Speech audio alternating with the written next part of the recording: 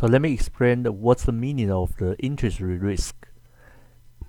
Risk means uncertainty. Risk means loss. So if we take look at this table here, there are 6 different bonds. The bond from very short term, 1 year, to the very long term bond, 50 years bond. And we assume today all this bond has a coupon rate 6%.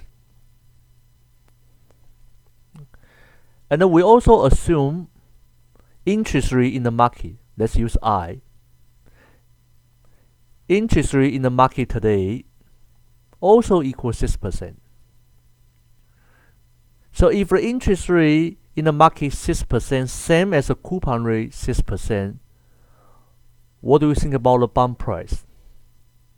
The bond will sold at the face value, $1,000.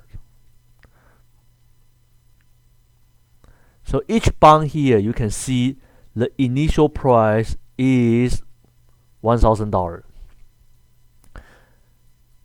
Suppose 1 year passes. After 1 year, the interest rate in the market jump up to 10%. Then, what happened to the bond price? Is the bond price here going to be greater or smaller than $1,000?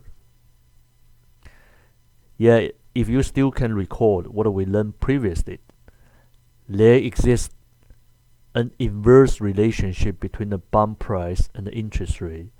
If interest rate jump up, bond price must be down, right? Yeah, so if we take a look at of this 2-year bond, after interest rate jump up to 10%, the price of this bond actually dropped to $963.64, below the $1,000.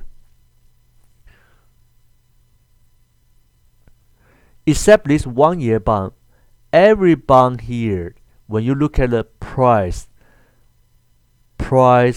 decreases when the interest rate increases. So that's a very important observation. Another important observation is the 2-year bond dropped a little bit from the $1,000 to the $963.64. 10-year bond, the price dropped even more. And you can see the longer the term of the bond, the bigger the drop of the bond price if the market interest rate increase. So based on these two important conclusions, based on these two important observations, we actually can conclude what's the meaning of the interest rate risk. First, when interest rate in the market increases, the price of the bond will drop, which causes the capital loss. Yeah, you definitely see from the fourth column on the table, the price of all the bonds decreases, except the 1-year bond. Yeah, some of you may ask why the 1-year bond price remains at $1,000. The reason is after 1 year, the 1-year bond will mature. On the maturity day, the bond always repay the face value. So that's the reason the 1-year bond price remains the same. But overall speaking, the bond price drop when the interest rate increase. The second important observation is what?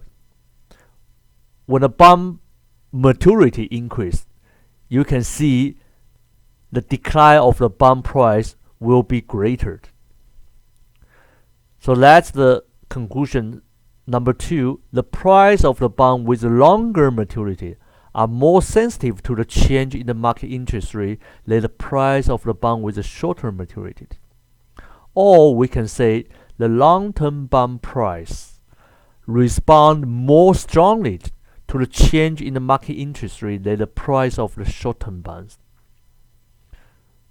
So the longer the term of the bond, the bigger drop of the bond price. So next time, if someone asks you the meaning of the interest rate risk, you need to talk about the two parts, the point A and the point 1 and the point 2.